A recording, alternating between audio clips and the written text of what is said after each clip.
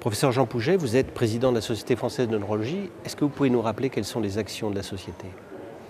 Alors les actions, ce sont celles d'une société savante. C'est la société savante de l'ensemble de la neurologie, même si des sociétés de surspécialité progressent étant donné l'étendue de notre discipline. Donc les manifestations de la Société française de neurologie maintenant sont bien calées dans l'année. Elles débutent par les journées des nouveautés de la recherche clinique qui fédèrent justement les travaux qui nous paraissent les plus pertinents dans les domaines des surspécialités. Ces journées ont lieu, je vous le rappelle, en janvier. Ensuite, il y a les journées internationales. Et en 2014, c'est un très beau thème de neuroimmunologie qui va réunir à la fois du fondamental et des applications cliniques, aussi bien du système nerveux central que du système nerveux périphérique. Et puis, il est traditionnel d'organiser au mois de novembre la journée du président.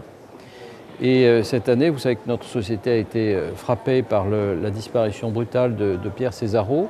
Et d'ailleurs, je ne suis cette année qu'un président par intérim parce que nous avons voulu marquer cette année blanche pour la présidence. Et le 13 novembre, en fait, c'est l'ensemble de l'école de Pierre Césarot qui lui rendra un hommage à cette occasion sur un thème sur la neuroinflammation et la neurodégénérescence. Ensuite, les actions de la société sont importantes au niveau de la communauté internationale. Et vous savez que les choses évoluent au niveau européen, puisqu'il y a enfin une fusion de l'EFNS, c'est-à-dire la Fédération des sociétés nationales de neurologie, et de l'ENS. Et donc de nouvelles instances se mettent en place.